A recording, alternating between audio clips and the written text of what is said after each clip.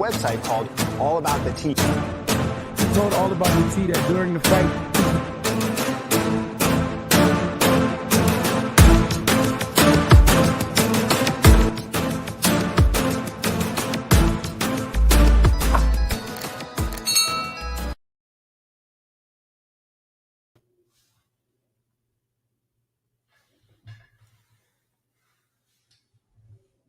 Hey, Teacups, it's your girl, Monica. Welcome back to the All About the Tea channel.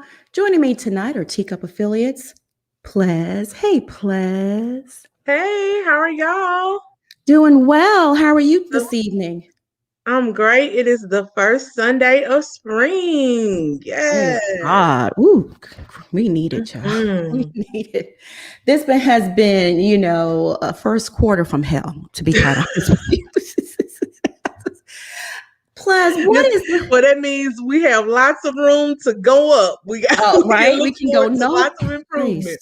But up. Plus, what is the lip color of the evening? It is a matte liquid lipstick called Berry Recognized. That's the shade. It's by Wet n Wild. Very nice. I love it. I love it. Thank We you. also have the Bishop joining us this evening. Hey, Bishop. Hey, How y'all doing? How you doing? How you doing? Doing well, doing well. All right, Teacups. First and foremost, if you're not subscribed to the channel, I need you to hit that subscribe button down below. And if you're already subscribed to the channel, go on and bang that notification bell so you don't miss out on any of the piping hot tea that we serve on this channel. Teacups. On the agenda this evening, we are recapping the Belle Collective reunion. Now, this is their first reunion, season 1. And I'm spilling some exclusive reunion tea. There is secret audio that I have and shocking blogger tea to share with you. Let's just dive right in, okay? We're not going to waste any time tonight because we got 2 recaps and time's of the essence. Mm-hmm. So Friday night, the ladies of Belle Collective appeared on their first reunion, and they did not disappoint, right? You can agree? Yeah. A lot was exposed. Egypt Sherrod did a great job of hosting so far. The ladies clarified a lot of things. Antoinette clarified not wanting biracial children because she claims she did not want to put her kids in a world where their white side would not be acknowledged. Because in this country, biracial kids are labeled Black. Y'all want to comment on that? I don't have any experience with the white-black mix, but I do have some nieces and nephews that are half Mexican and half Black, and they have shared that it was very frustrating for them because they were never, Black enough for they were, never Black enough for the Black kids, and they were too Black for the Mexican kids. So it's a hard thing, whenever I hear people say, oh, I can't help who I fall in love with. I'm like, actually you can't, because if you don't date, if you don't go there, then you won't fall in love. And you do have to think about these things when you have children. All children get teased. We all do. It's a part of life. But I do think, there's an extra layer when you have a biracial child, so you may want to think about that before you decide to have kids. So I applaud her for considering that and what their lives would be like in Mississippi. So yeah, especially Mississippi, absolutely.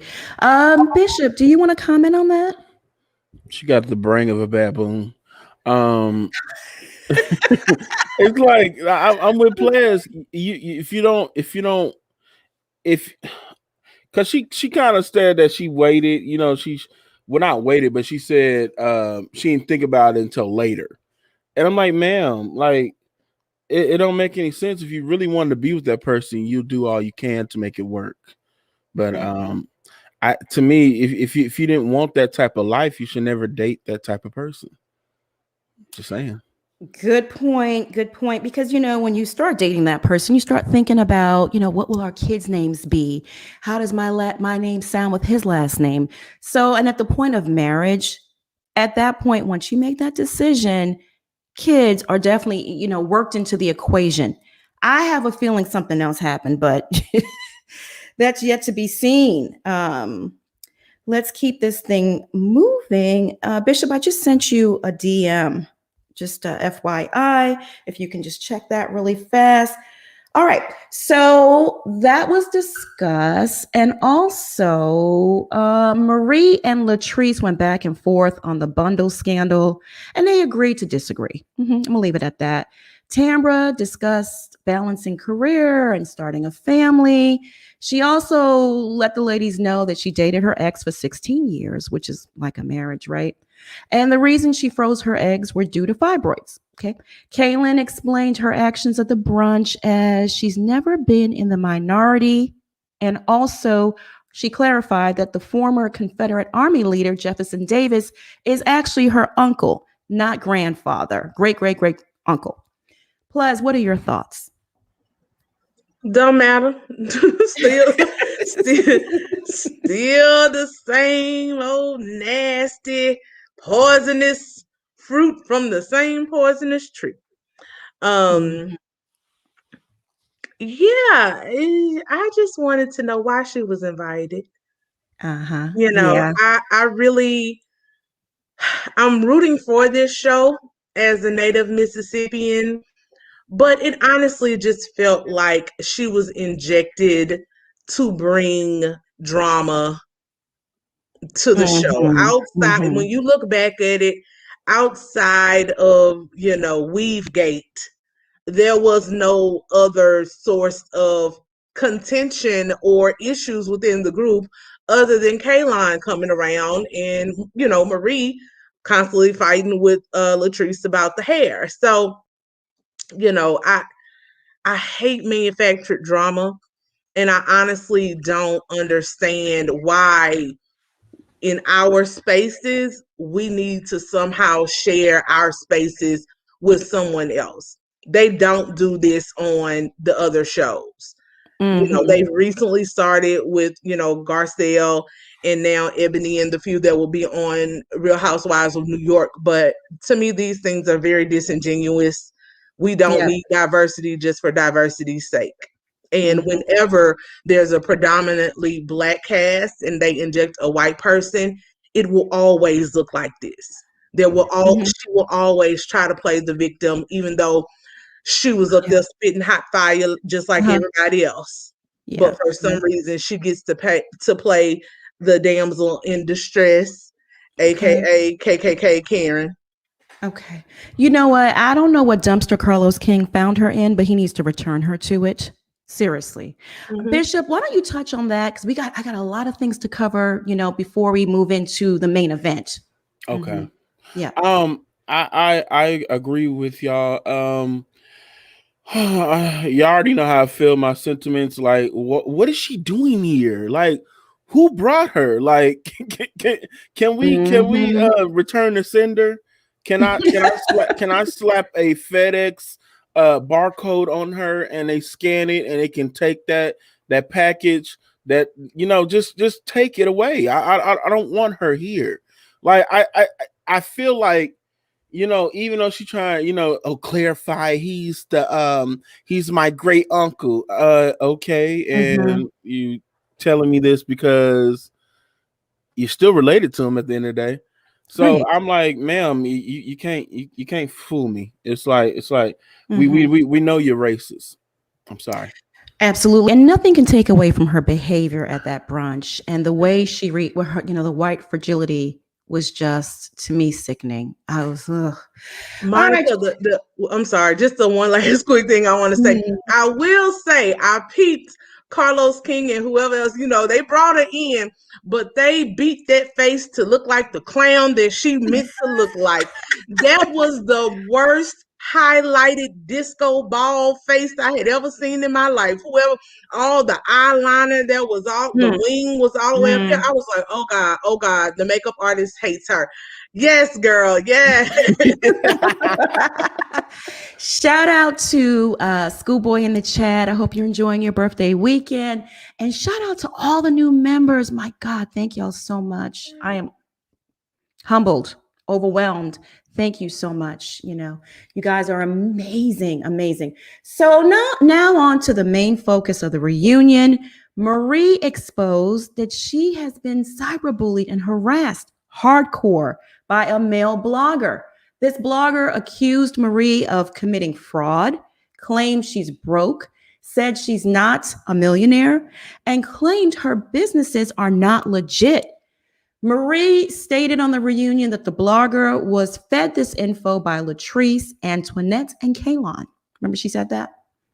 So the blogger Marie was referring to on the reunion is actually a convicted criminal, a crook, a thief, and a stalker turned blogger with an extensive rap sheet. Now, y'all know I always keep a receipt and I do my research and I don't play around when it comes to these type of things. Let me pull up his picture for you. There he is right there. That's him. He's Mississippi radio personality, William Napoleon Edwards. His blogging name is The Cipher Voice. In this report, I will refer to this Napoleon, this blogger, as Napoleon throughout the whole live. Okay, just making y'all aware of that. There he is right there. Okay. Napoleon is self-appointed community activist who claims to fight crime and corruption in Jackson, Mississippi. He formed a liberal action committee called the Cipher, and would use the Cipher's Facebook to allegedly engage in cyberbullying and threatening behavior. Let me play one of Napoleon's videos talking about the show, just to give you some insight into, who this man is a little bit. Okay. Now y'all know all about the Belle collectors, right? All right. And we've been talking about it. We've been following it. We've been trying to keep y'all up to date on what's going on with this new show for all the people on IG on Belle collectors. All right. Welcome on IG. 80-something people on Facebook. We almost at 1,000. All right. Please, anybody, don't text me, call me right now. You know I'm on live. I can't read your text, your call. I don't care nothing about nothing else but right now. All right. I don't care nothing about anything but right now. I'm aware of false inboxes going out, all that. We already addressed all that. But we want to welcome the people on IG. Wherever you logging in from, welcome everybody from Facebook, wherever you logging from. Hey man, it's our Saturday shenanigans, the bomb dropping video audio footage of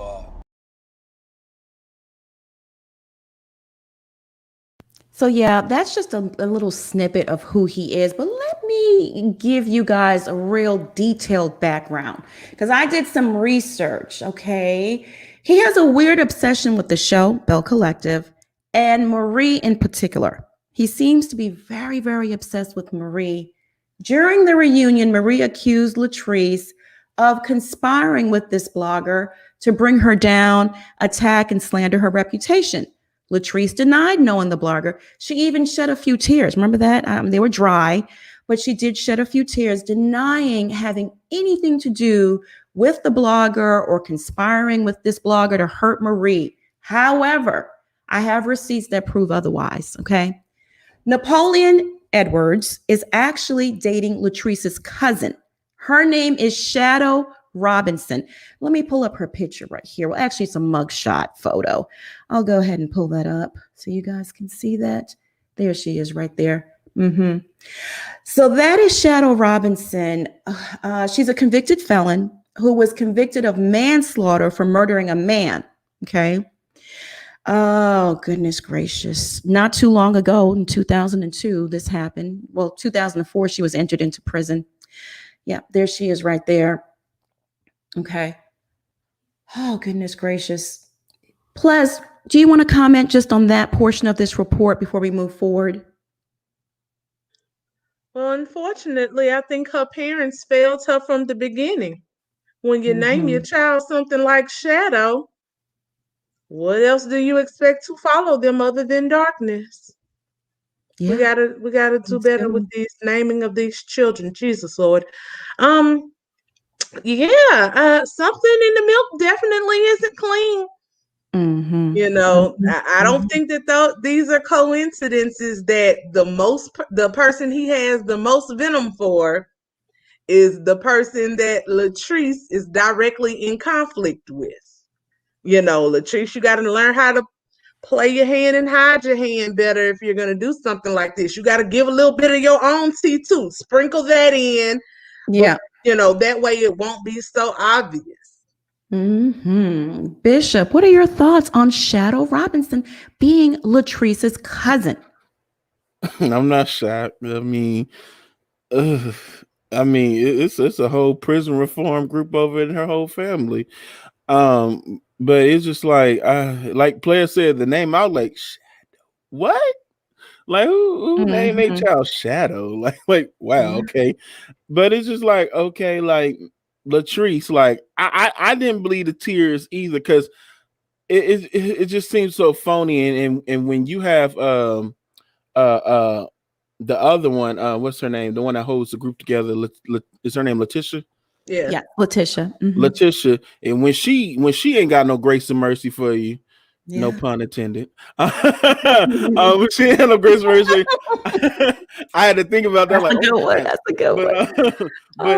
If she don't have it for you, I know you done something. Yeah. Mm-hmm. Yeah, absolutely. So let me carry on. Napoleon Edwards' Facebook, which previously had 26K followers, was shut down by Facebook. Allegedly, I've been told, for harassing people. Okay. He since then created other platforms that have been shut down as well. I've been told he's had 3 platforms shut down for that reason, and for good reason, based on his criminal history. Okay, I'm about to get into that. Okay, you guys got your wine or your cup of tea that you're sipping. Mm-hmm. Mm-hmm. All right, I now have rum. you got the solo. I needed cup. the heavy stuff today, honey. Yes, ma'am. Ask Yes, me a ma'am. virtual cup. I'm playing. Yes, ma'am. Okay, so he stays, like I said, in and out of jail for unethical behavior of slandering and harassing people. In the summer of 2020, Napoleon was arrested and charged with cyber stalking a local Mississippi politician. Napoleon threatened to kill the man during a Facebook Live and accused the politician of having felony convictions in his past. Okay, he was convicted. So that crime right there, he went to jail for it. He did bond out. And he's awaiting the continuation of it in terms of, a trial or that kind of thing. Or he'll probably work out a deal with the state. Who knows? But yeah, so that's the first thing I'm going to bring up to you. Let me pull up that. I won't pull up that mugshot because there's just so many. Goodness gracious. So in 2006, Napoleon was convicted of possession of a weapon.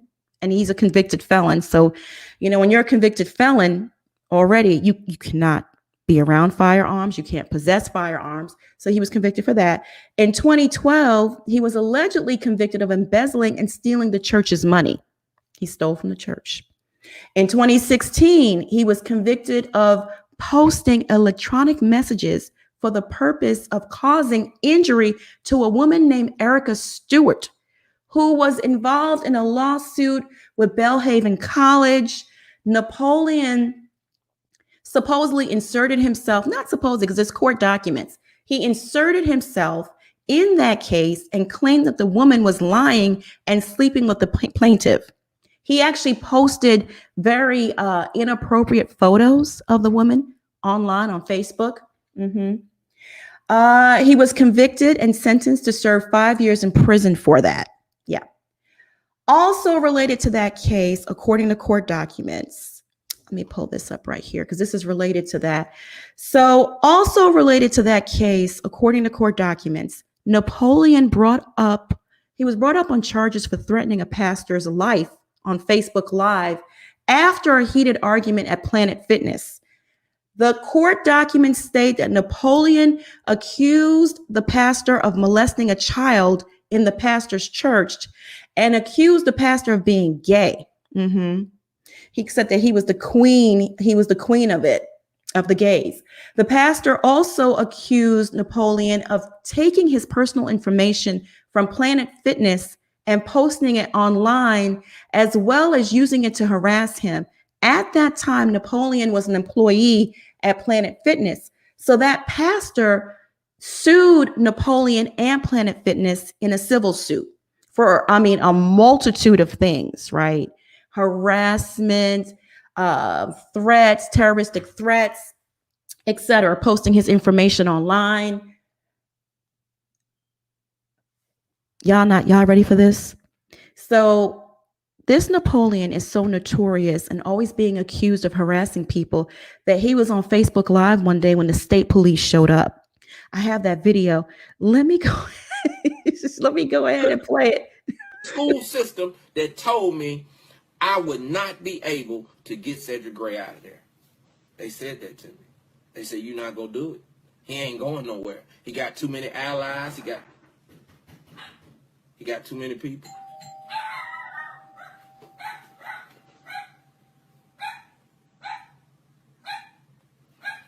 He got too many people.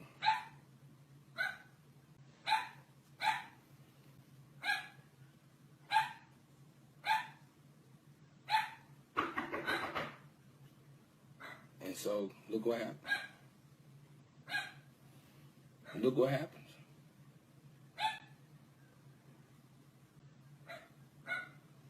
Out of there.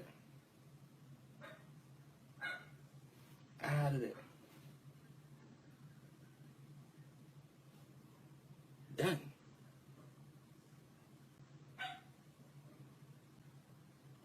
Done.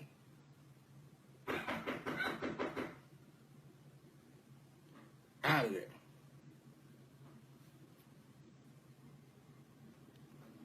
Period.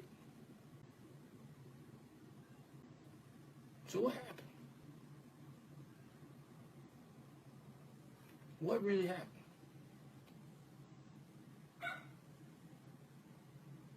I'm just saying, what really happened?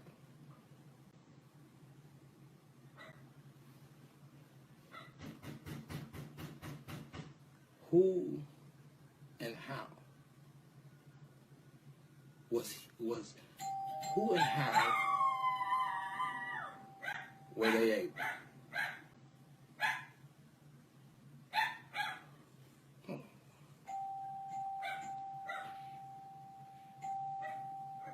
Hold on, people.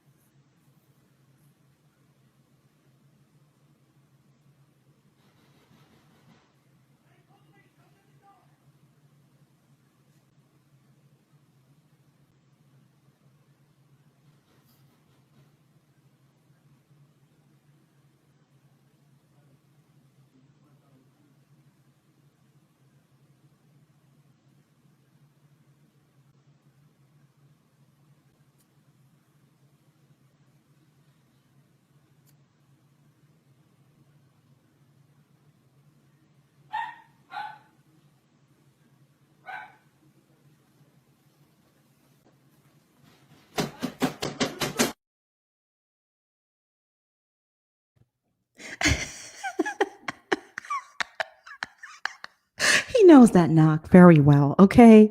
And the dog was telling him, he was so shook. Did you hear the state police at the door? What they were saying? Oh my gosh. Plaz, what are your thoughts? Oh my gosh. How embarrassing. I think if he knows, like I know, he better open that door because they will knock it down. Oh, yeah. He tried to get all quiet and like how do you continue to lie? Brother, you were supposed to close that camera and that laptop up like the pianist at Harpo's juke joint. Well, I don't know. Gotta go. Shut that thing down and get on out the back door if you can. Like Right? you better Through the window. or open it and face the music. But they ain't gonna go away. And I'm surprised they were that patient. Right.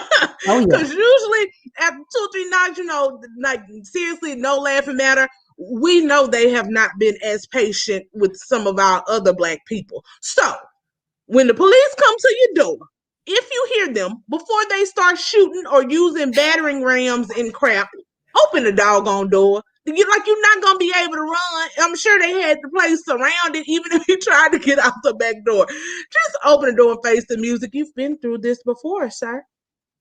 You know how this goes. Absolutely, absolutely. He knows that knock very well. Okay, it's a certain knock.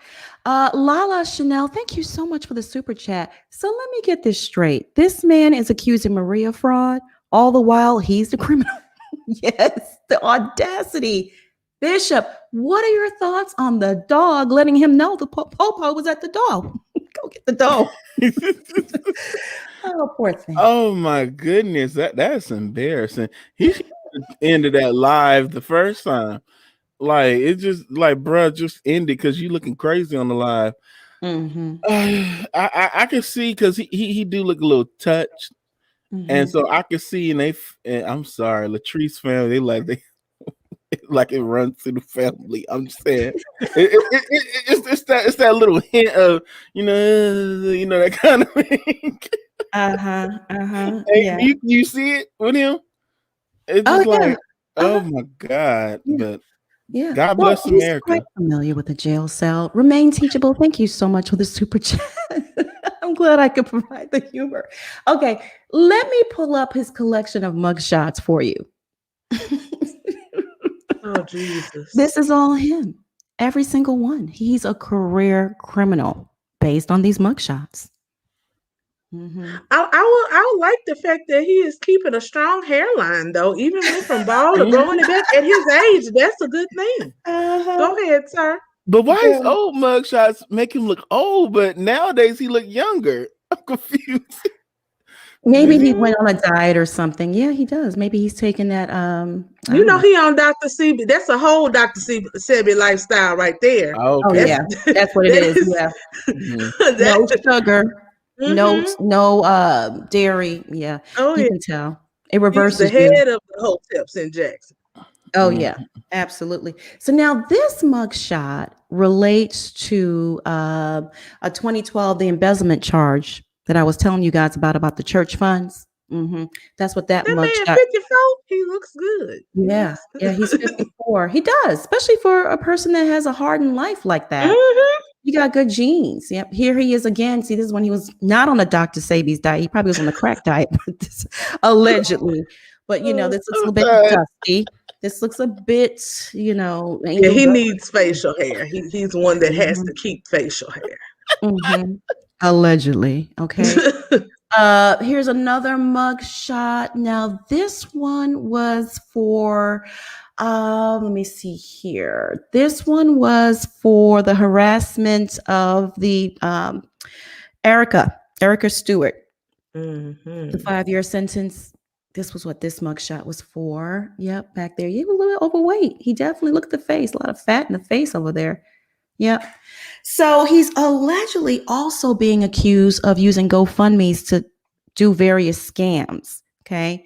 This person on Facebook by the name of Ryan Phillips posted Napoleon's GoFundMe, ceasefire, and HIV awareness. He says it's a scam. Scam alert. So, goodness gracious. Yeah. Okay. So again, in 2018, he was convicted for false pretenses and sentenced to 3 years. Okay. For writing a bad check to a plumbing supply company for $763. Napoleon pleaded guilty and was sentenced to 1 year in prison. Goodness gracious. Plaz, what are your overall thoughts on Napoleon? I mean, he's calling Marie a scammer, fraudulent, while having a rap sheet as long as, I don't even know what. A highway. See, the issue is the level of delusion, because for him to continue to do it, he seriously thinks he's out here doing God's work by exposing the people. He thinks his actions are justified. And I'm sure there are people in the community that oppose him, that think he is the truth teller. And because he's telling the truth against all of these people, they're all out to get him. And they're just trying to paint him crazy. And so I don't know. I think we need to tighten up some of those reins in Mississippi, because in one, he was sentenced to 5 years and then a year and then 3. He shouldn't be out right now. He should still be in jail. So they must keep letting him out for good time served or something like that. But he definitely, is not in a position to talk. It's very pot calling the kettle. And yeah, I'm sorry. When your messenger has this type of background, it completely dilutes the message. So if somebody was questioning Marie, they wouldn't question him anymore after seeing him. Absolutely, absolutely. Bishop, what are your overall thoughts on his rap sheet, Napoleon's rap sheet? Boy, what a winner! That's all I can think about. It's amazing. That's all I can say. And it's apparently he must got a golden tongue, man. He keep getting out. Shoot, it's like, brother, man. Like, are you ever gonna go legit and quit bothering folks? Like, seriously, like just do something and lay low, man. Absolutely, absolutely. It's kind of scary if you ask me. It really, really is. Also, last night on the reunion, there was mention about secret audio of Kaylon talking to the blogger, and Latrice's name was introduced into it. I have a snippet, and I need y'all to listen really closely because there's music and it's kind of hard to hear, but you do hear their voices. So listen really close. I'm going to go ahead and play that video.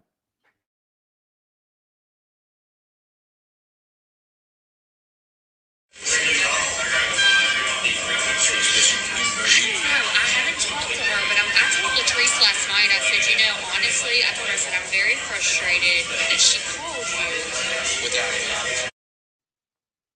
Did y'all let me play that again?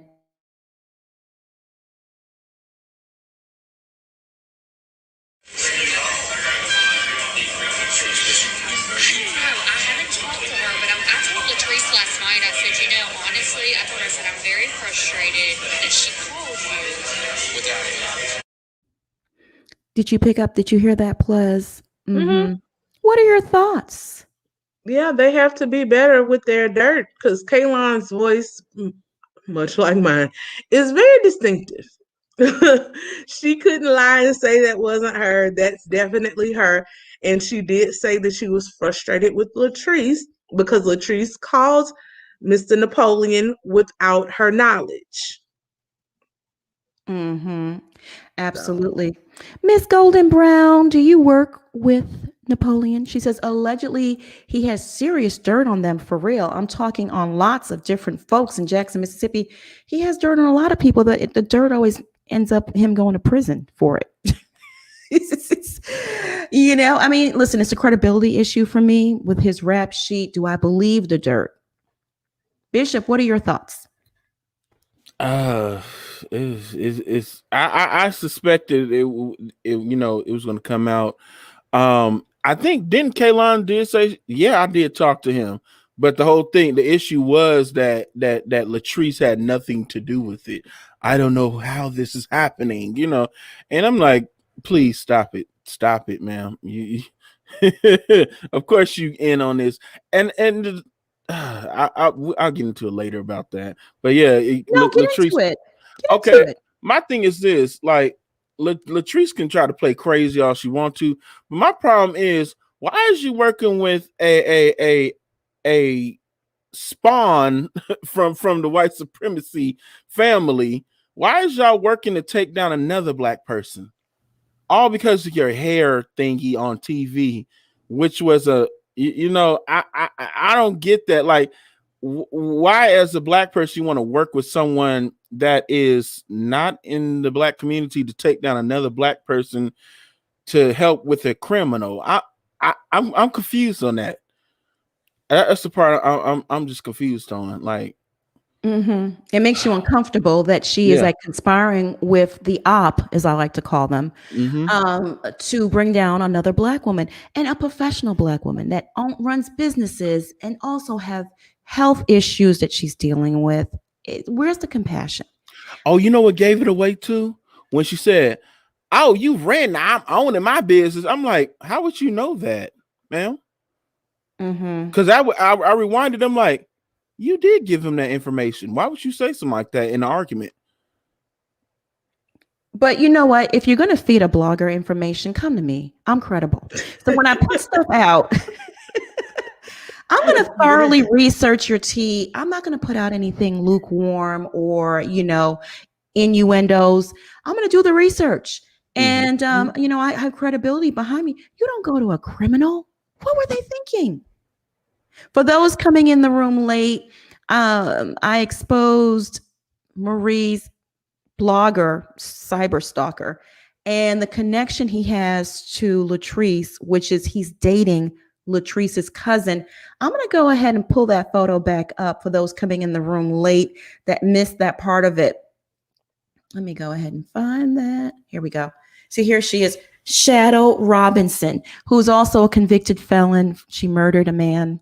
Yeah. Yeah, back in 2002, she murdered a man. So it seems to run. Plus, what are your thoughts in terms of Latrice, though? Because she was pretending to cry last night. Maybe she did shed a tear or two. She was adamant that she had nothing to do with it. Yeah, all of that was fake. To me, it was evident that it was fake because the girl literally laughed. When they brought up the recording. She was like, how would you have a recording? Where is it? I'm like, girl, your poker face needs some serious work along with your strategy. Like, this was too easily traceable. Y'all couldn't have, as you said, there's so many blogs, and this is what thinking small gets you, friends. If you're gonna go for it, go for it. If you go embezzle, don't get $10,000. Get $2 million. Have it in offshore accounts so that when you do your white collar crime time in a nice federal prison, you still got you some $2 million left over that they couldn't find. Like, I don't know. Look, don't do crimes, but if you're gonna do them, going to a local blogger who your friends know, go to Bossip. Go to Monica, excuse me. Yes. I'm gonna go to Monica first. Go to somebody outside of your rating. Yeah, absolutely. Teacups, we have a special guest joining us tonight. She's an entrepreneur, super mom, and reality star, Belle Collective star, Marie Hamilton-Abston. Marie, stop playing. Hey, how are you? I'm gonna put you in solo layout. Welcome, my queen. How are you? Hold on one second. I'm kind of like, y'all. Take your time. Take your time. Please forgive me. You look beautiful, by the way. Take your time. You look so beautiful. And I apologize for being late. No, you're right on time. A lupus flare. So y'all just kind of bear with me. I'm kind of running behind. Sorry. Yeah, yes, okay. Take your time. Just give me 1 second to plug my charger in. Marie, you're right on time. I gotta be a little messy. Marie is that goddess lens. It don't look like it. Looks beautiful. No, it's not. It's my daughter's hair. Amen. Hey, daughter. Okay. Entrepreneurial. I could tell it wasn't goddess links. It was absolutely beautiful. The wave pattern. Did y'all see that wave pattern? Yeah. Very nice. Different quality. Marie, my love, welcome. Welcome. Can I have one more favor? Yes. Can y'all give me 1.20 go. to take some pain medicine? Please go. Yes, absolutely. Seconds. Okay, give me 1 second. Okay. Yes. Whew. Bless her for being here, even though, the lupus flare, that really is, it's a lot. It's very painful. Very, very painful. Yeah.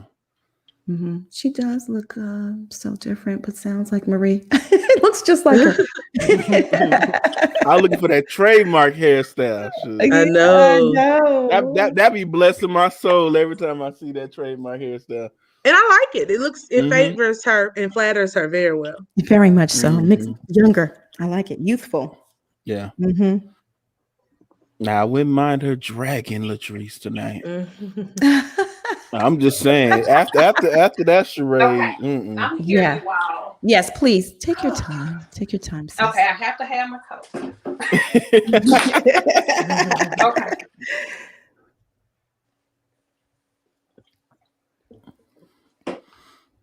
Okay, you all have my full under about.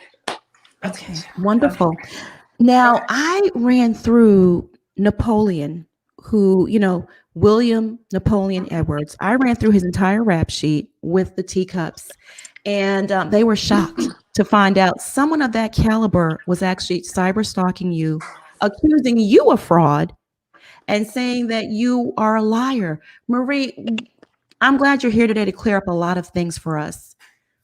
What are your, tell us. I am really, it's very shocking to me. I mean, the whole reality TV thing was out of the norm for me. I never watched reality TV before. I didn't know what to expect. But when he came for me, I'm like, who is this guy? Because I didn't have a huge presence on social media, and I didn't understand why he was attacking me. Well, I didn't understand why, but I knew why, but I didn't understand why it was relevant to him. The reason why he was coming for me. That's the part I could never tie in, because let me say this, a lot of things I could not say, because when you're doing reality TV, you're under contract, you can't prematurely talk about scenes and things that's going on, because you want that to play out on TV. Yeah. Well, now since it had it played out, I can speak on it. Let me be perfectly clear. And one thing about me, I'm going to always keep it 100. I'm going to be true to my authentic self, because at the end of the day, I have to get up I have to go to bed at night. Before I do that, I need to be able to look at myself in the mirror and brush my teeth, wake up in the morning and do the same thing. And I need to be able to look in the mirror. I will always stand in my truth. So let me take you all back so you all will understand. Initially, it wasn't never an issue with Latrice and I. That wasn't the issue. And she knew that. And a lot of people knew who my problem was with, because they saw it play out on social media. The issue I had was with the hairstylist. He and I had a misunderstanding, because I blamed him initially. So it wasn't even none of Latrice. It wasn't Latrice. At that brunch, she flexed for the camera, and she knew that the issue was not with her. It was with the stylist. Letitia and a very prominent event planner referred Latrice and the very prominent hairstylist. He's not a fly-by-night or just some random stylist. He have a huge following base and a huge clientele. He's considered a celebrity hairstylist. Okay. And it was presented to me that, okay, I recommend, well, let me just say the reason why I went to Letitia, well, they offered, they recommended these two people because I wanted to wear hair. And of course, you all know my hair is short, but because of the dress that I wore, I wanted my hair to be, long and curly. And I didn't have time to make a unit myself and have bulk hair imported in to make the hair. So it just wasn't enough time because of short notice. So they said, well, hey, I know who you can use. It's a young lady here. She's real good. She sells good hair. She collaborates with this stylist. Use them. So Latrice and I won't name him, this celebrity stylist. And so that's what I did. So I went to Latrice's store, and the customer service rep, very professional, presented the hair to me. And, I sampled it. I said, okay, cool. I want to get it. Well, the hair that I sampled, it wasn't the hair that I purchased. She went to the back and got some more hair, which I understand it. Being, a cosmetologist, I know, with virgin hair, you can't sell somebody hair that everybody come in and touch and sample. So I get that. So I got the hair in the bag, dropped it off at the stylist. He made the unit, went to pick the unit up. He got the unit. He put it on my hair. But when I got home, I'm like, it was sitting too far back on it wasn't positioned right. So I took it off. And I'm like, so I'm not quite feeling right about this hair. Put it on the mannequin and start combing it, brushing it out. I'm like, this hair, this is not what I sampled. This is not it. So I called the event planner. Well, I text her. And, she did call me back, but we did go back and forth via text. And I told her what I had experienced. And she was like, oh, I am so sorry. And so after, so she said, well, okay, whatever, I'm going to try to get it straight. I'm going to try to get in contact with Teresa. I'm going to try to get in contact with the stylist. But mind you, this is the day of the event. So only an hour left. I don't have time to try to, do anything different because I got to get dressed. So my stylist there, everybody in the room there trying to help me get dressed. They witnessed and entertained it. Well, they witnessed and they, had the conversation with me when I said, look, something is not right with this hair. Something ain't right. I said, it's either the hair is bad. The girl, the hair that the young lady gave me, is it, either it's a bad batch of hair or the stylist, he switched the hair. One of the two. But I know something is not right with the hair. This is not the hair that I sampled. Now, did I look at the hair that the lady put in the bag? No, I didn't. So it was just a matter of the customer service rep and the guy that did my hair. So I said, okay, cool. That's fine. I said, I'm going to get to the bottom of it. I don't want to go and accuse him, the stylist, and be wrong. Because, as a, like I said, as a cosmetologist, if, it is possible that you can get a hold to some bad batch of hair dealing with donor hair. So that is possible. So I didn't want to just accuse him without the facts. So I told my makeup artist and, my stylist, I said, you know what? I'm going to get to the bottom of this. I said, I'm getting me some answers when I get to this brunch. I'm going to get down to the bottom of it. So going to the brunch, in my mind, and I'm just going to say, I don't know how reality TV go. In my mind, when I went to the brunch, okay, I'm going to the main source. And she going to tell me if this is a product or not. Then I better go back to him and let him see what's good. So I get to the brunch. And I sit down and, I sit there.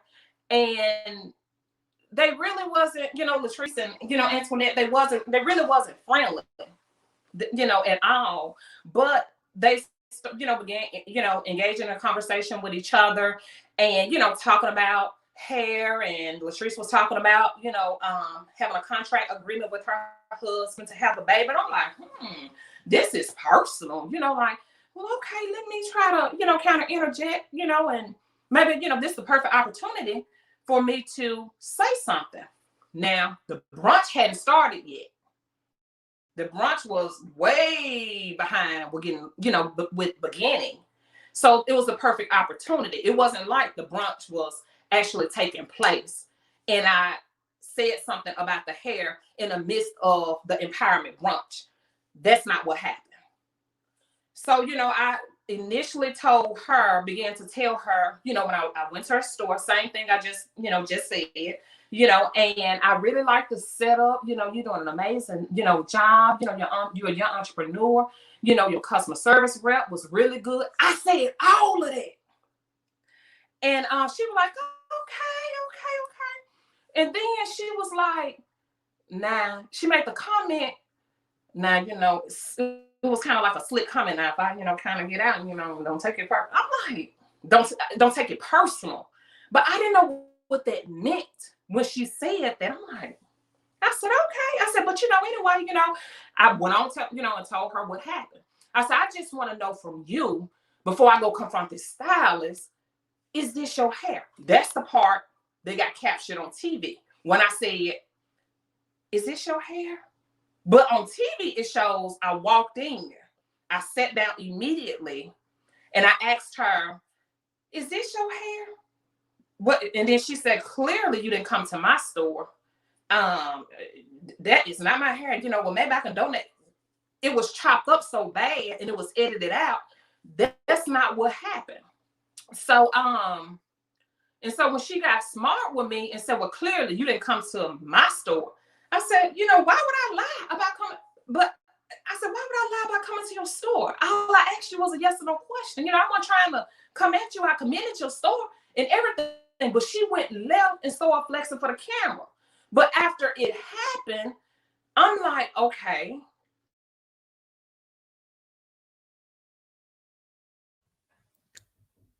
Okay. So, I'm like, okay, well, this is reality TV. So maybe this is the way it go. The reason why she handled me like that, I said, so, okay. So I really didn't think nothing about it. But during the midst of when she got smart with me, when I told her, no, this is not your hair. And she said, well, I'm leaving. I said, well, leave. Before that happened, we got into it before she got up and said that she was going to leave. I mean, it was like a back and forth. You Miss Piggy, you look a mess. You fat. You need liposuction. You need surgery. It was a rant that she did. And I was like, baby, don't come for me. And I ain't trying to hustle you out no hair. I just asked you a simple question, yes or no. I wasn't trying to attack you or attack your brand. I told you I was trying to make sure that this was your hair before I confronted the guy. She knew all of that. Even my personal stylist, she's a mutual friend of ours. She know the real. Everybody, a lot of people know the real, knew that it was never an attack. Latrice did that to flex for the camera. That's the honest God truth, because people that know me personally, I got calls, people saying, Marie, something ain't right with that scene. That's not your personality to walk in a place and sit down and then start attacking somebody. Like, what's up with that girl? Like, but I couldn't talk. I was like, now y'all know me. That's all I could say, because I didn't want to be in breach of anything, and I didn't want to compromise the show. So I just rolled with it. But I knew the truth as to what happened. And so, but after that happened, probably like maybe a few days or so, I was able to really get down to the bottom of the hair situation, where I was able to text with the stylist, the event planner, and Latrice even reached out. Now, let me say this. Okay, yeah. So I don't want to get too far ahead of myself. So we went back and forth via text messages, and I do have the receipts where me and the stylist and the event planner, I was going in on him before I even went to the brunch, telling him that I suspected it was him, because the event planner had hyped him up. So, he came highly recommended.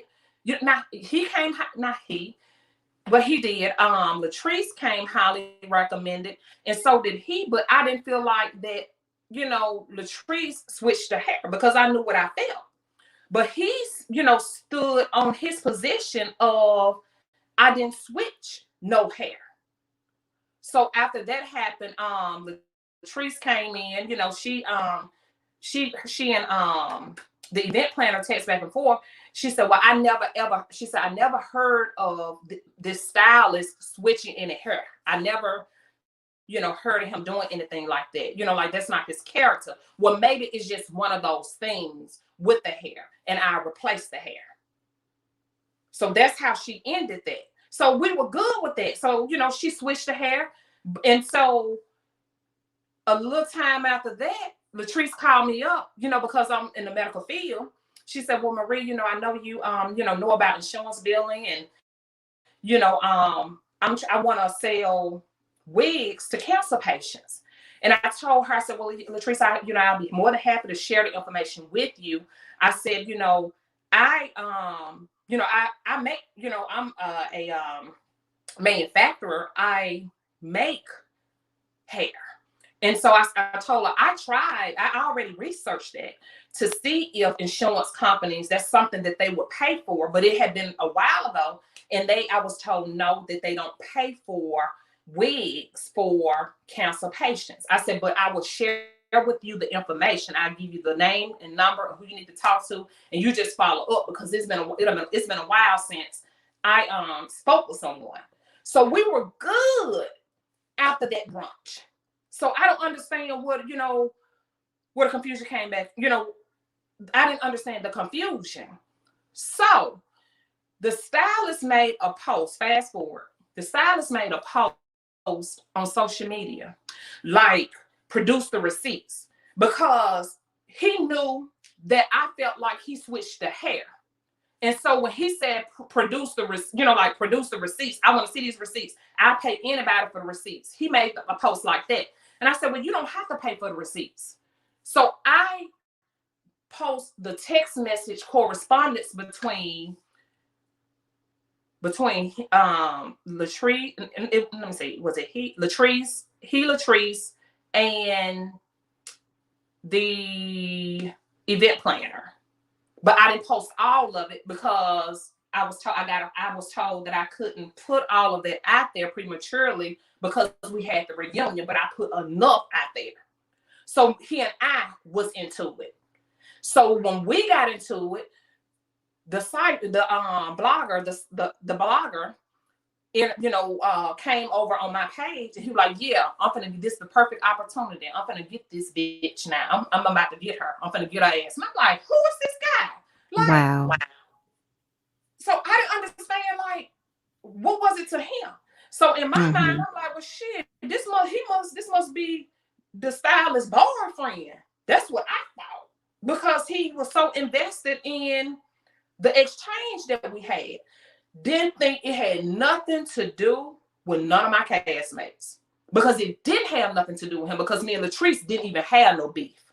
That was over with. And that's the God honest truth. And I got receipts to prove it. I got receipts to prove that it was no beef. Right. Okay, now let me ask y'all this here. I have a question for you all. If I had did something wrong, why would Latrice apologize? What are you apologizing for? If I'm the villain and I don't want to do all the attacking, nobody seen you do anything, you don't have nothing to apologize. And why would I feel some type of way about something? Exactly. You know what? Editing plays a big role in how you are portrayed on TV. Right. I'm sorry. That's okay. We don't get to see the whole picture. Right. You go in there and you do your scenes, it's cut, and you have no control over how they're going to make you appear to be.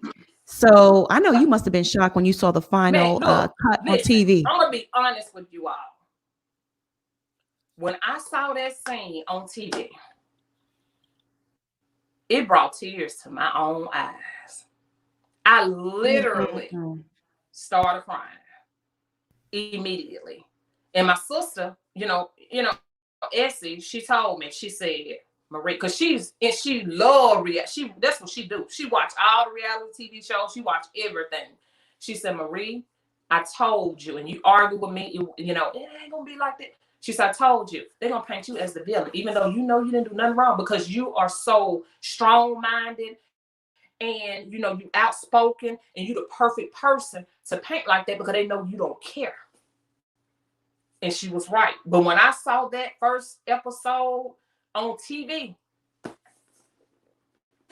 I couldn't believe it. Like, I'm like, I didn't do that. I'm like, but it was nothing that I could do about it. This is a part of reality TV. This is the territory that this what comes with it.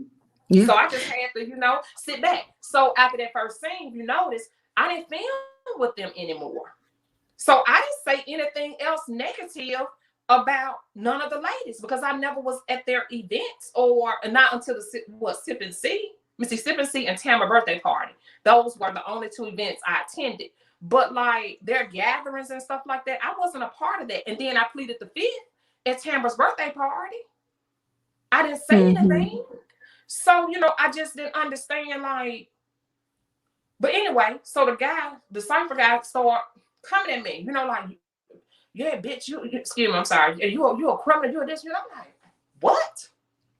So I had to, so my legal team, we have a criminal team that we keep on staff anyway, just for stuff, things like this. And, because we're such a huge medical, company, we've been in business so long, we provide medical service throughout the state of Mississippi, and we're Black. So, we just have to stay lawyered up and prepared at all times. So I ended up, my attorney, he was like, after I had responded, he said, don't respond no more once you prove your point.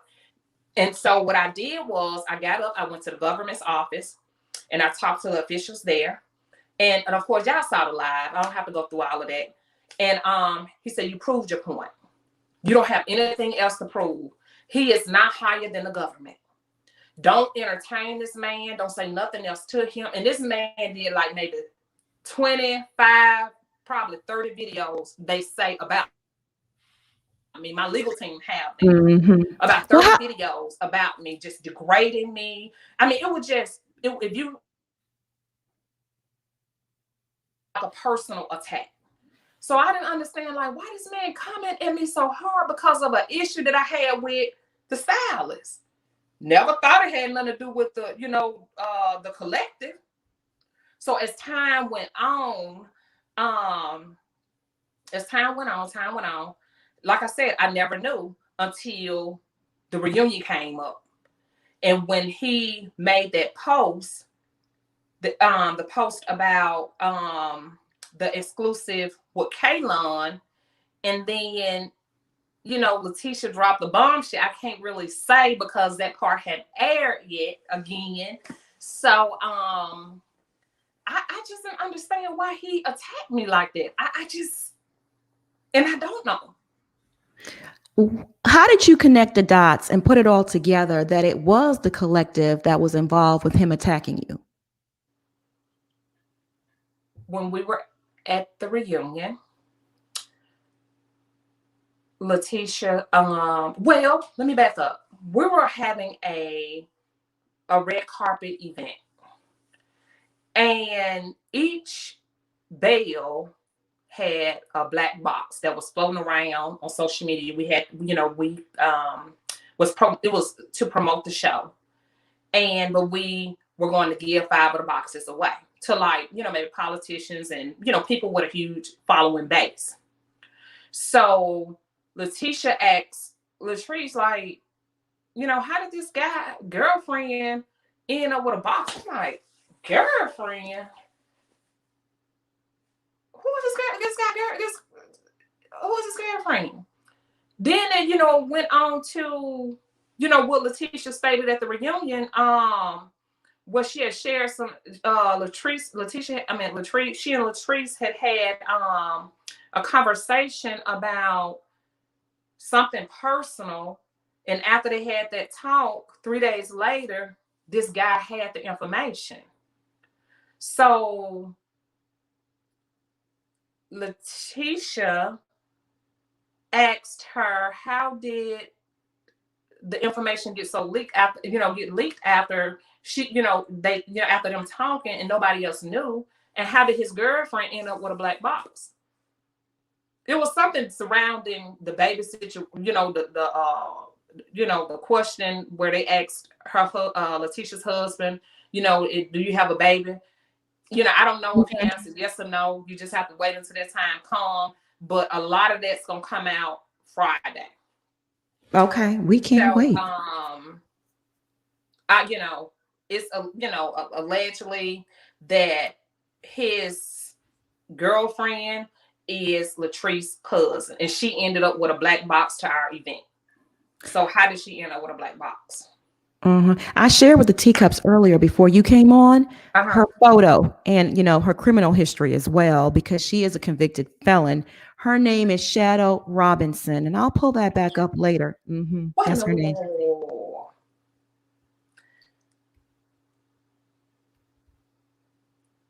Okay. Yeah. She's been convicted of manslaughter. She actually murdered someone. So yeah, that is her boyfriend or her husband, I think. You know, allegedly. okay. Right. It is kind of suspicious that like this, I don't understand. Like, but see, to answer the question, why he attacking me so hard, I don't know. I just really don't know. And then Kaylin, you think about this. Kaylin wasn't at that first brunch. I never met Kaylin before in my life until that second brunch. And she disrespected the old lady, Miss Dorothy, so bad. And she was in exchange with the other ladies, and she was just acting so like she was so offended. I'm like, I'm ready to hear the big announcement. A lot of the other ladies, they were ready to hear the big announcement, and things were getting out of hand. But when she cussed, went off on the elderly lady, I'm like, hold up, that's too much. That woman is old enough to be all of our grandmother up in here. Probably great grandmother. You're not gonna disrespect her. Let's just shift focus back to Letitia. See, that's the problem. You want to be in control of something. And Maria, all right, I offended her. Maria's a nobody. Before I know that, I was trying to say, baby, this ain't the 1860s or the 1800s. I was like, this ain't the 1960s. Like, look, you can't talk to me like that. I can take that from a sister, but you cannot talk to me like that. So I didn't understand, like, why she even said something to me. And why was she gonna sit down with a blogger or even hire a private investigator that took your money? He clearly took your money. You should have went out of state and found the private investigator. So why would she? I'm saying, actually, y'all ask yourself, why would she go to the extra extent to go take her money to hire a private investigator for me? And she don't even know me. And I never said nothing to her, that I should not have said. We never had an encounter. Why would you go to the extreme measure to hire a private investigator to investigate me? That don't make sense. It don't. What's the beef that deep? Right. You wasn't even at the first brunch. I mean, me and Latrice did have an encounter, but it was petty catty women stuff at the brunch. Yeah. But, but it wouldn't warrant for me to go and try to pull her background check or pull a credit report or try to see who her husband's sleeping with. Like, I don't care about that. It don't warrant that. No. So I didn't understand, why would she go to the extreme measures to do that? But what they did, and I'm gonna say this, and I'll go to my grave, and I will not sit here and lie on this live. They lied to whatever private investor they talked to. And whatever they told them, they lied on me. And whatever they told this cipher guy, they lied. Because my attorney told me that she said that in one of the lives that, like, Carlos is trying to make me the star of the show. He never did that. He always have treated all the ladies equally. He always showed all of us love. The producers on set, they always treated, to my knowledge, all of us equally and never singled anybody out.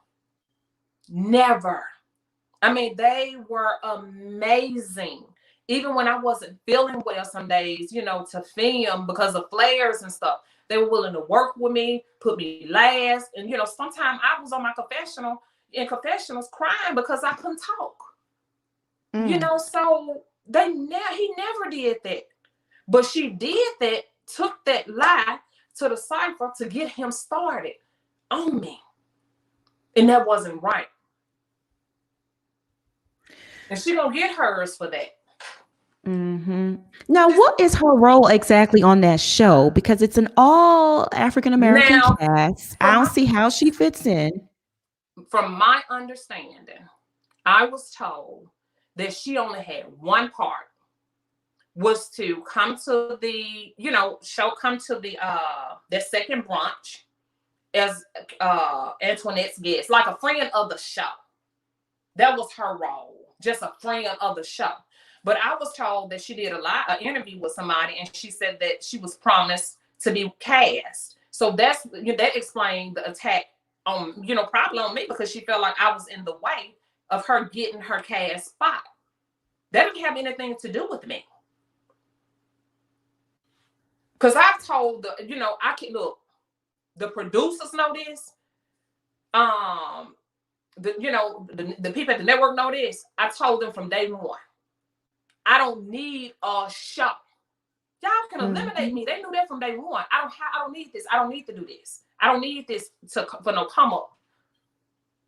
So they know that's how I am. I keep it real with them like that, and that's why they love me, because I don't sugarcoat nothing with them. Like I can go.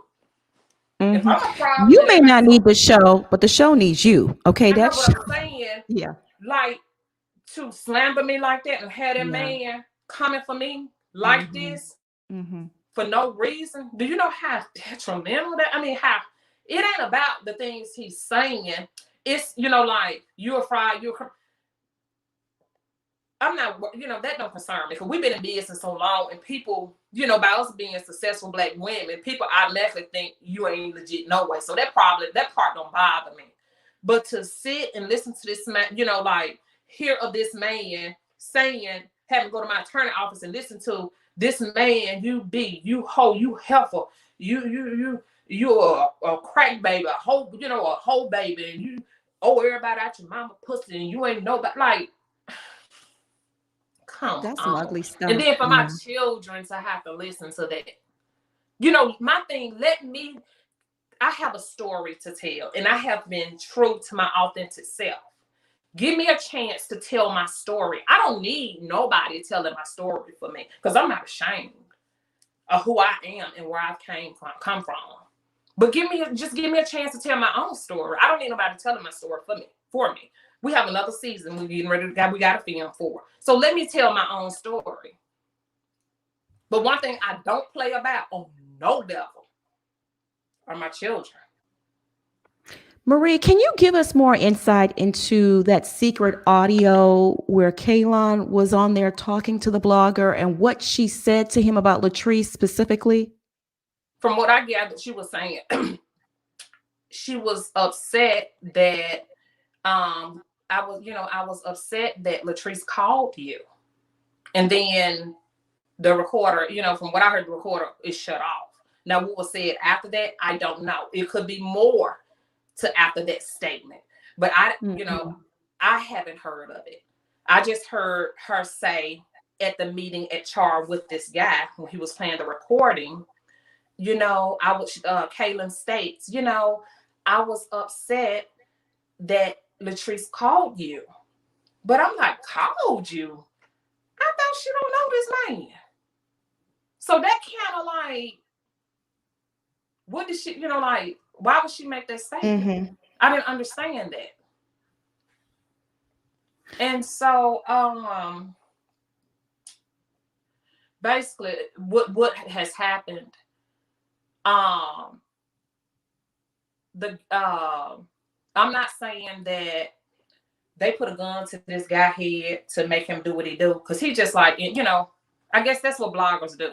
They drag and they talk about people.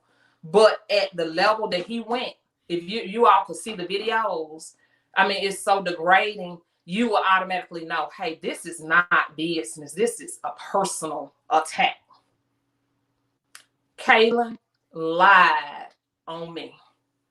And it's no way that Latrice and look, okay, Antoinette is the bridge between Kaylin and Latrice.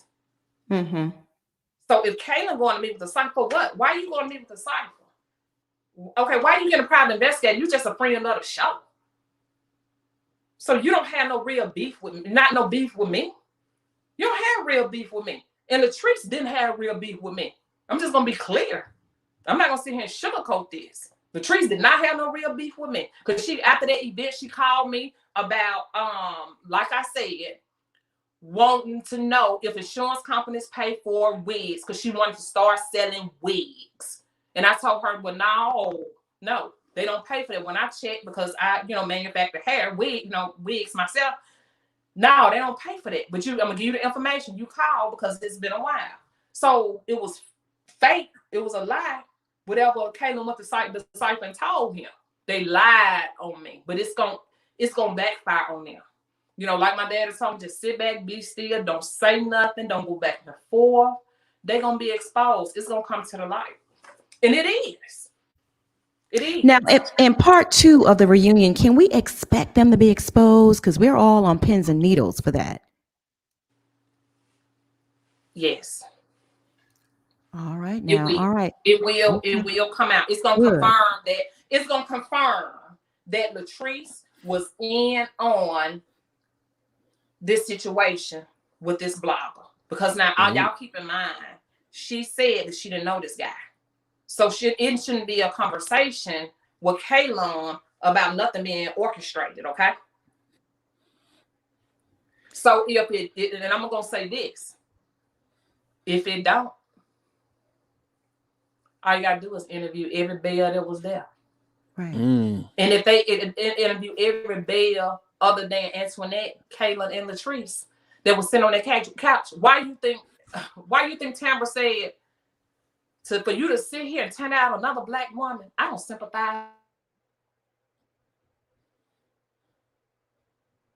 Marie, you've gone on mute, my love. But listen, There yeah, you so so it's gonna come out. If it don't, and I get did the way I got did that the first bunch. I don't know how they're gonna work it out for season 2. I know it's gonna be a season 2, but I don't know how they're gonna work it out, because I can't sugarcoat. I can't coexist with no snakes like that. Not on that level. Well, I mean, for them to bring back that white woman in season 2 to attack a panel of black women like this is unacceptable. The viewing public will not accept that. I'm not working with her. I'm not working with her. I'm not. So, Bishop, do you have some questions for Marie? I just want to know, is you gonna drag Latrice on this next episode? Because I'm waiting for it. Y'all. Let me be clear about this. I am not a violent person at all.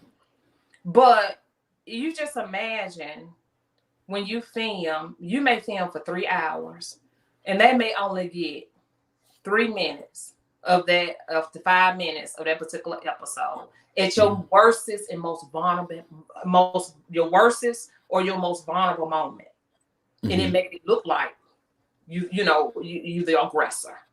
Right. But the people, what matters most to me is the people who believe in me and know genuinely know me as a person and know who I am.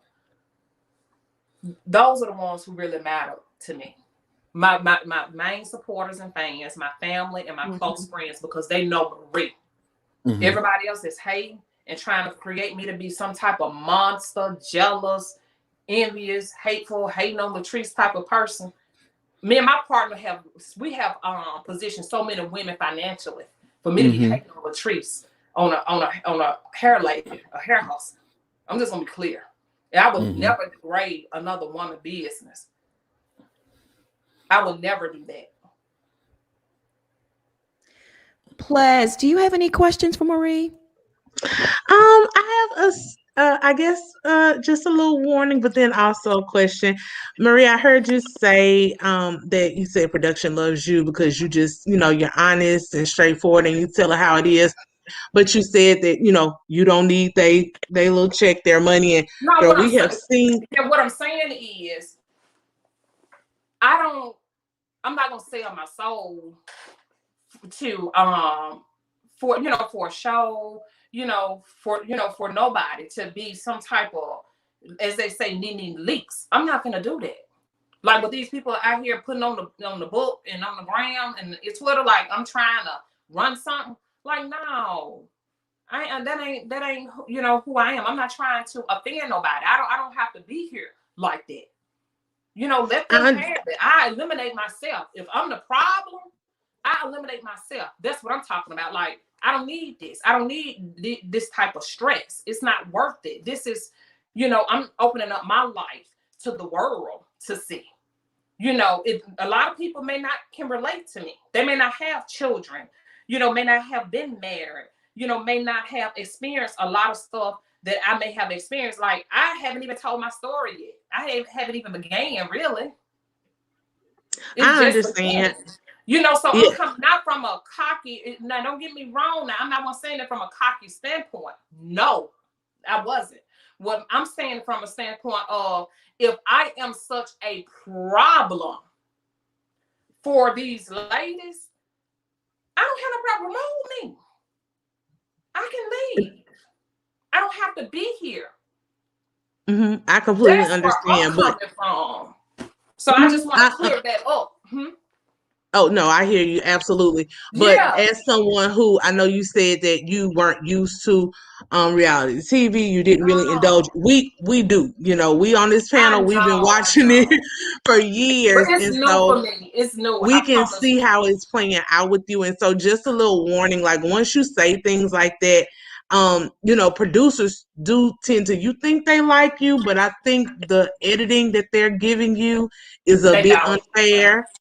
And so you know, just a little warning to watch out on that. And then the question that I had though, because we haven't gotten any updates, honey, what is going on with Jerez? Did he step up and take some of that pressure off of you? Because like you said, you go through a lot, and I know you want to be there for your grands and everything, but you got to take care of you too. Let me say, you know, again, what the viewers saw was, you know, again, 3 to 5 minutes of our relationship, you know, a heated moment. That was the first time he's ever gotten out of line with me like this. So I was like, wow, you wait until you get 22 years old and want to, you know, go off like that. But, you know, things are going better. You know, he's in a good place. He's excelling in school. He's doing doing good, and, you know, spending time with his children, doing what he's supposed to be doing. And, you know, we're good. That's great to hear. Yeah. That's great to hear. I'm so happy about that. And are the baby mamas getting along too? Everybody getting along? They all supposed to be getting together, taking pictures with their babies for Easter. So, okay, and with their baby I like that. So I'm like, baby, y'all want some grown women stuff, because I don't think I can do that. And I'm 40 years old. I ain't no way. And I like that though. That's how it's supposed to be. And look, like one day I was in my bed, sleep, and I felt some bodies sit on my bed, and I turned over and I looked, and here they go, all 3 on sitting in my bed with their babies. I'm like, what the? They love you. They love you. Like, okay, they love you. Like this. And now, so Marie, I got to get a little messy a little bit, okay? You know, I got to get a little messy, child. Marie, you mentioned that Latrice had a contract agreement to have a baby with her husband. Did I hear that right? Well, I'm just saying what they said in front of me. It's okay. So I'm not lying. I would never lie. I'm not going to lose my credibility by lying. No, I'm not doing it. Contract agreement to have a baby. Well, that's what she said. So I was like, okay, that I felt comfortable at that point. But like I said, a lot of that got edited out. So I didn't think nothing. Again, I didn't know how reality TV worked. And I thought it was innocent. You know, what I said and what she did. But the way they chopped it up, it came across like shit. Like I was like a bitch. I was like, oh, wait. But I see how it go now. I see how it go. Mm-hmm. Now, I'm sorry. That's okay. That's okay. I want to ask you about this PPP loan allegation that this alleged blogger has been spreading about you. Can you clarify? Yes.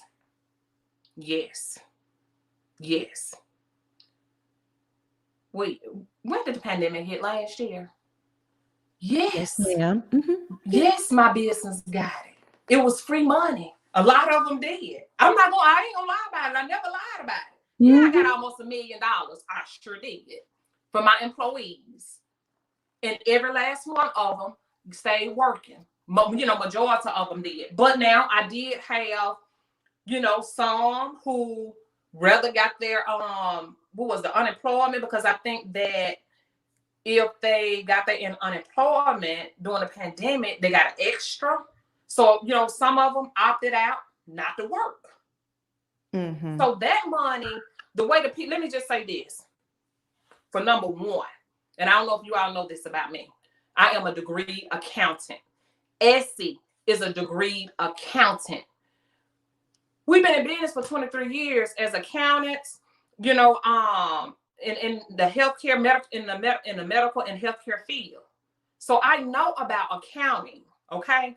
With that PPP money, you can't spend that. You got to spend the money on your employees to keep them working during the pandemic. All of that money was allocated to employees and keep the business operating during the pandemic. Because our work, even though that we are an essential business,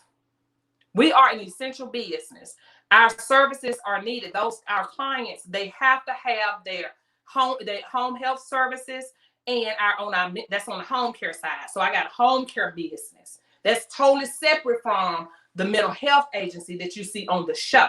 We provide home care throughout the state of Mississippi. Mental health, we didn't get no PP money for no mental health, the business that you see on the show. So let me just be clear about that. So he lied about that. We didn't get PPP money for that. But we did for the home care business, because for mental health, those patients, those workers were still coming in and working, because those patients, needed their medications and, needed psychosocial rehabilitation, day treatment services, their IDD adult services, their, in-home nursing respite services. I provide like maybe 30 different services under mental health umbrella. So it wasn't a break on those services. But as far as home care, to answer your question, let me say this. Y'all been watching news, right, about the federal government getting these people for buying these luxury houses and cars and vehicles for misappropriating those funds. It would never happen to Hamilton Davis, okay? And you make sure you replay this record. We've been sending in our documentation. That's been done. That's over with. Like we didn't turn over our books. And then our bank, who we bank with, we didn't go through an individual, and we didn't do our PPP paperwork ourselves, even though we're accountants. Our banker handled our information because they have access to our banking records and our payroll. We don't even do our own payroll. We have a payroll company. We outsource stuff so it won't be a I wouldn't say a conflict of interest, like delegated duties, where if we if the person that handles the money is not the person who writes the checks. So our banker handled our information. Thank you for clearing that up. That's thank you. True. Yeah, that's see, he's doing it the right way. Look, I did get the money. I got almost $1 million now. That's true. Ain't nothing wrong with that, as long as you're using it legitimately, and that's what you're doing. Yes, and we did. There's nothing wrong with that. That's smart. That's smart. We did. May I ask a question? I'm glad. I'm sorry. I just want to say I'm glad to hear that, Marie. I didn't want you to be like we did, Nancy and I don't mind you asking. And we did. No, we didn't want you to be like the new family stealing the TANF money from the citizens of Mississippi. We may get put out of business for something, but it definitely won't be nothing for anything unethical. It may be because all our clients decided to go to XYZ company over there, but it won't be because we stealing or doing anything unethical. And let me just say this. I do want to say this to you all. Think about this. Any medical business, I don't care, where the business is located throughout the state of Mississippi. If you are accepting insurance, proceeds, Blue Cross Blue Shield, and all these different insurance companies, Medicaid, Medicare, they coming to audit you. We get more. I think we probably getting more audits than anybody, because probably because we Black. But, since we've been in business over the years, we twice a year, sometimes, it may be 3 times a year. Some, whatever. They come in there like, shoot, 8, 7, 8 deep. We used to it. So we doing something wrong. Do you think the Fed's going to sit back and let somebody cover the story and not come and shut us down for stealing their money? No. Right. They're not going to, you think they're going to spare us? No. We're open book. They come any day of the week. And then another thing I want to say is sickening. Like my mama has substance abuse. For somebody to say that I bring in crackheads to off the street into my facility to make money off of them. I'm a mental health provider. I have a licensed psychiatrist on staff that we pay. The production network, they met our psychiatrists.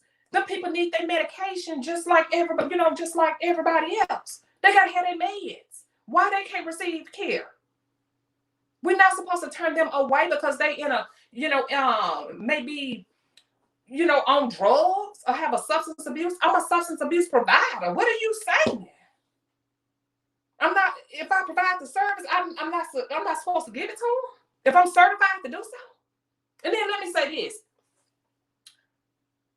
We all know to live in Mississippi, it don't take much to live in Mississippi.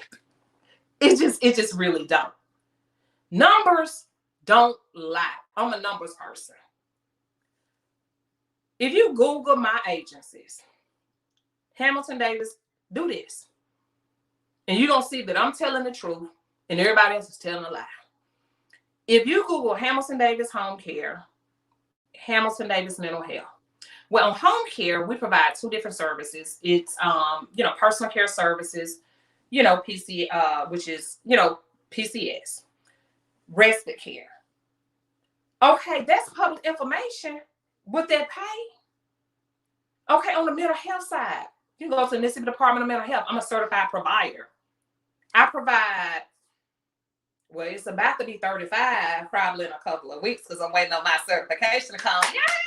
For some more services, but I'm the only Black woman, and I've been discredited about this. I'm the only Black woman in the state of Mississippi to provide 30 different services under adult mental health services, children and youth, intellectual and developmental disabilities, and substance abuse. I hold that title. I don't care what company somebody say, the XYZ company over here. At the end of the day, go to the Department of Mental Health Services and you pull it up, or you call them and say, hey, can you who is the first Black woman in the state of Mississippi to provide all y'all services under this umbrella? You. Congratulations on that. That's amazing for an African American woman. It's hurtful for for Black people to try to, my own kind, to try to discredit me. Look up the services. It shows.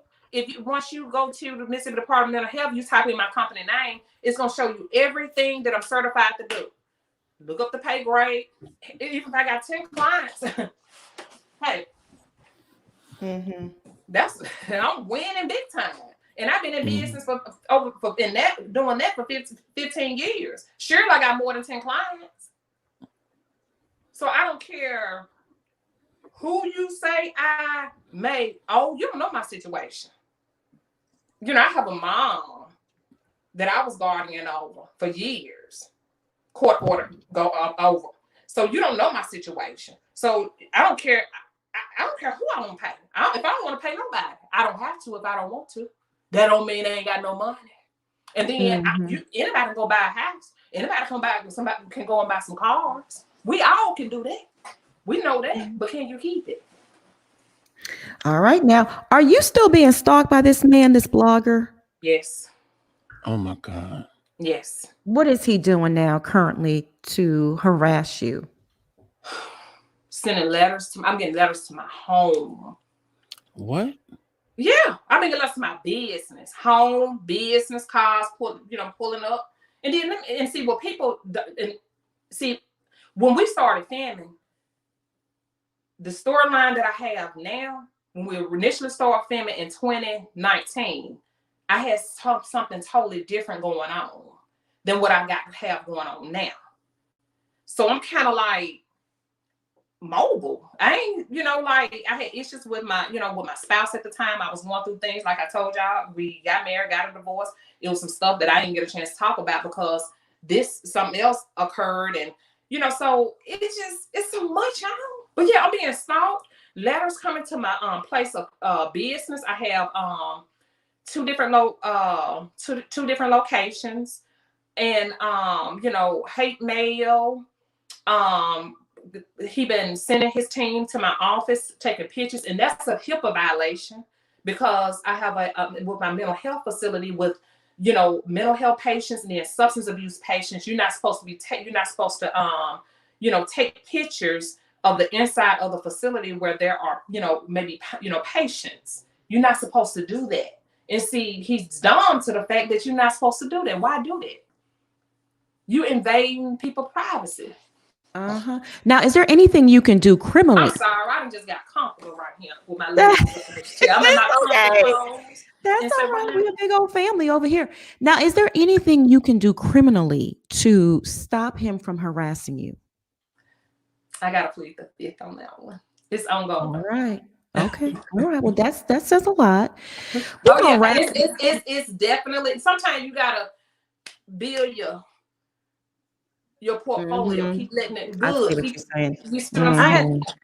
I have one last question, Monica, before we wrap it up. We didn't get all the way into the business, so we got to get into the business. I'm so proud of you professionally. But, girl, that personal life. Did we leave Cedric's clothes over at Cedric's house with him? And can we leave him there forever? Listen, and people, and people been joking, oh, them little 2 boxes. But you think about it. We had, we had divorced and got back together. When we split up and got back together, you gonna bring all your stuff back up in here?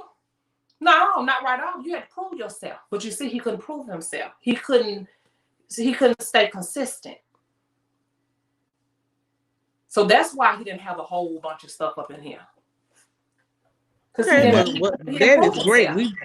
Yeah, he didn't hold himself. So the little stuff, he the type of person, if I let his things stay and he keep my key and my garage door openers, he'll be gone and then just pop back up. No, I had enough. And I'm not saying Cedric is a great person. He really is. He's a great guy. He's a good guy. He really is a great father, all of that. But he just couldn't be the husband that I deserved, that I needed him to be. That's it. Okay. Now, it's hard. It's hard because when you have been with someone for 12 years, it's like I know him, I'm used to him. Like I don't, you don't want to try anything different, because you're used to a routine. But when you've had enough, it's just like I had got to the point where I couldn't take it anymore. And then I'm balancing, children, trying to be a mother to my kids and all these different businesses I have going on. I have so many, y'all, that I have so much. And then so many people I take care of in my family, I have my mom, my dad, and, children. I have other children that I take care of. I still have a relationship with my stepkids, and I do, I'll support them and I will do anything for them. And, it's just so many people who rely on me. There's so many people who rely on me. Congratulations. And I just try to make it happen in case if something happened to me because of my health situation. I don't know. I just don't know. And it's amazing. You have a lot on your shoulders. You are holding it down, and I'm proud of you. We are proud of you. And I'm in school, so oh wow! What are you in school for? I'm working on my doctorate. And how do you do it? Goodness gracious! The Lord, it's a lot. I don't like. I be up at 4. Like some days I don't go to sleep. Like I hadn't been asleep since the other day. You got to be careful with the fatigue. Got to be real careful because that will definitely bring about a flare up. Yeah. I'm gonna go to sleep tonight though, but I hadn't been to sleep today since the other day. We are going to wrap things up because I mean, you've been so generous with your time and we appreciate you. You are beautiful. We thank you for being here today and clearing up so many things because And there's so many look, and rumors. I appreciate. I don't know which one of you all was telling me about, like the reality TV thing, and like when I said like the producers, like I was frustrated, like, and I admit I was frustrated, like I don't need this, like just cancel me, just eliminate me. I don't, like it's a lot to be misunderstood and be painted to be somebody that you're not. It's like you become a character on TV. That's really what I look at myself as on TV. So in my mind, I'm a character. Yeah, I'm one way on TV because that's who they make me out to be. That's what it is. I kind of figured that when I seen the intro and you looked at mad, and I'm like, that don't make like they caught me off guard. I didn't even know they I didn't know that they was capturing me at that point. But you see what I'm saying? Like when I walked in, I was sure I was like, and it was humor. My outfit, it was humor. I just did it for humor, and that's what that was about, or whatever. But they captured me. Like when I licked my teeth like this, I'm like, no, they didn't do that. Like that's so messy. Marie, I will say this: read the fine print because it's in the contract that they have the authority to represent you however they see fit. I know. So, I know. So I turned and went over it with me. I know. Yeah. So I'm a character, and I get that, and I guess this is that's what it is. Well, your trademark hairstyle is the best hairstyle on that whole show. What? I'm gonna say the finger waves. Finger waves. Your finger waves. But look, listen, I love they're it. not hard though. People think that they hard, old-fashioned finger waves. They really like candy curls, done with the flat irons. Sis, thank you again for joining us tonight. We appreciate you so much. And we're rooting for you, Marie. We're going to watch part 2 Friday night. Y'all tune in to Belle Collective because we need to see the finale. This needs to come to a conclusion. We need to find out what's really real, Exactly. If Latrice is involved in this, listen, she got some explaining to do. So let me ask you, but you know what though? I know we have to go because we've been on here an hour and 45 minutes. Latrice can be wrong is 2 left shoes. When somebody hates you, it don't matter if that person wrong. They're gonna rock and roll with wrong, regardless if they're wrong. So that part don't matter. They will stand on that lie. They're gonna stand on that lie when they don't like you. But it's upsetting. It's upsetting as African American viewers to see her team up with Kaylon, who said she's a proud descendant of, Jefferson Davis, and do this to another Black woman on national TV. They don't show, but see, it's like you said in the contract, they can use you and do paint you however they want to paint you. But like, the viewers don't see the half of the nasty stuff that they do. I'm just telling you. But it's sales. Yeah.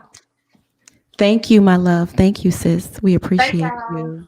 All right. Thank Bye. you. Bye. Bye. Bye. All right, y'all. Oh, goodness gracious. That was great. That was good. That was good. Why don't we just take a few callers before we head on over to the Love and Marriage Huntsville reunion? Are we still doing that tonight, or y'all want to do it tomorrow? We can do it tonight if you want. Yeah, I'm up to it. It. Okay. It was a good episode. Whew. It was It was an amazing episode. Hey, Miss Mabel, how you doing? Hey. You're on mute, Miss Mabel. You're on mute, Miss Mabel. Can you hear me now? Yes, we can hear you now. Okay, sorry about that. So first of all, I have rethought what I think about Marie. That was very insightful. And I have to remember, like she said, she's a real person, but this is her character, which I get. So I may misjudge her a little harshly. And that's hard for me to say because I hate being wrong. Ask my daughter, she'll tell you. But my thing was, I wanted to talk about internet. But I know you said that It's a choice to have a child that's mixed. All my children are mixed, but it was always a discussion I had.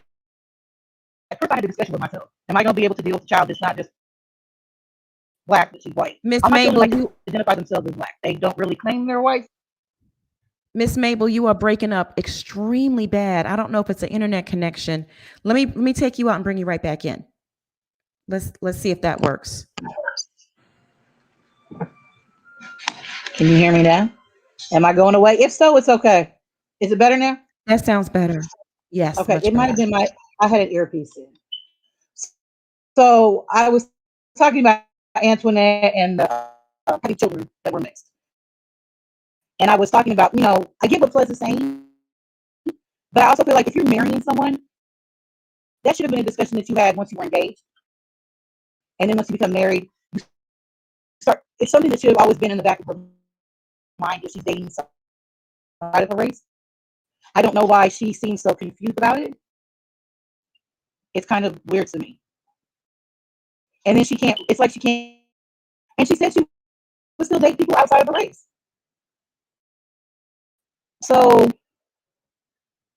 it is a big decision. There's a lot I don't know that I have to go to others to for my children, but she has that ability. I just don't understand. Hi, everybody. Can y'all hear me? Yes. I didn't get everything I needed from Marie. It seems like y'all had asked the question and she danced around it. I believe her about her mental health business being, I'm so happy she answered the PPE question. I just wanted to know, did she feel like she was fair to her other cast members? Is she with Essie? I really wanted to know that. I mean, she's on the show. She made it seem like that she was a victim. When, I can't believe that she never watched the reality show. I can't believe she even said, I don't need the money. I just wanted her to break that down for us. And I understand about the guys stalking her and stuff like that. But when Monica asked her, have you did anything about it? What did he do? She stumbled. She said, he's writing letters to my job, writing letters to my house. I mean, you got letters that you can take to the police immediately. You don't have any surveillance? I mean, she really didn't answer things for me. And she seemed like she was victimized, that she never did anything to anybody. It ain't enough cutting up the script to make her look that terrible. She snapped on people. She really had a bad attitude. She lied to us about being married to Cedric, crying for Cedric. It was just things I really wanted to know. Are you in a relationship with Essie and who? Yeah, I think they get into that from the preview. They get more into that next episode. So I don't know if she could really go into that. But I agree on some of your points. Monica, we have the cipher himself, Mr. Napoleon. Thank you, Marcella, for calling in. You are entitled to your opinions. You really are. Yeah. Maybe next week they'll get into it, because that those have been floating around the internet. You know how people talk, but we don't know. We don't know what's going on behind closed doors. Thank you, Marcella. You have a great evening, my love. Bye. So Marie's alleged stalker, the cipher voice, he's in the chat. And he says, you people are really slow. We got all the receipts on Marie, and y'all are up here like she is saying, LOL. No, we're not. We're not. We're just here, just like you are, presenting facts as well. And, it's up to the chat to use those facts and that data to make deductive reasoning and come to some conclusions. Okay. There's one thing about in this blogging world where, you don't cross certain lines. You have to have a sense of decorum and professionalism. And once it turns into a stalking type of situation and you are calling people sluts and the C word and cussing people out, it becomes nasty. It really does. What are your thoughts, Plez? Here, I'll put the comment back up. What are your thoughts? Well, you know how I am. Always like to see and hear both sides of the story, as you said, Monica, so that I can put my own two and two together. Because as we know, we have one side, we have the other side, and the truth is somewhere down the middle. It was very interesting to hear her side, and we all know how reality TV is and what production does, but we're definitely not slow because we want to hear all sides of the story before we form an opinion. No one thinks Marie is a saint.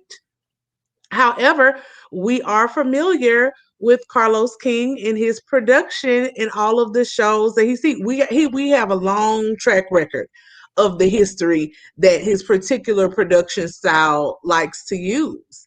So I think if Mr. Cypher could have as you said, professional and decent conversation without attacking someone in that manner or going to stalk them or pursue them, we may be open to hearing his alleged receipts too. It's just, you made it so ugly and dirty at this point, and you have your own history and track record of doing that. As I said before, the message gets diluted by the messenger. Mm-hmm. Absolutely. Sean Mack, thank you so much for the super chat. We appreciate you. Thank you. Don, thank you for the super chat. We appreciate you as well. Stephanie Collins, thank you for the super chat. Do I have this right? This Kaylon is bragging that she's a descendant from the head loser in charge, defending one of the most ungodly evils in human history. Kaylon, please go have a little talk with Jesus and get off the TV. Listen, this gets comment of the day, okay? This right here, Stephanie, thank you for the super chat. But you literally got comment of the day. I wish it was still up so I could pin it on the top. I would pin that comment if I could find it. That's amazing. Yes, please go have a talk with Jesus. That's my new line, y'all. Please go have a talk with Jesus. Shit. Joda says, hold the F up. The stalker in the chat. What in the Lifetime movie is going on here? And then somebody else said in the chat, well, he's in this chat, but he couldn't answer the door for the police. That's the comment of the day. And he's failing to realize that this is yet more evidence of your cyber stalking, sir.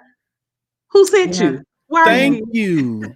Yeah, it's like I said, if you're really going to blog and take it seriously, you need some professional training, my brother. You really do. Call me.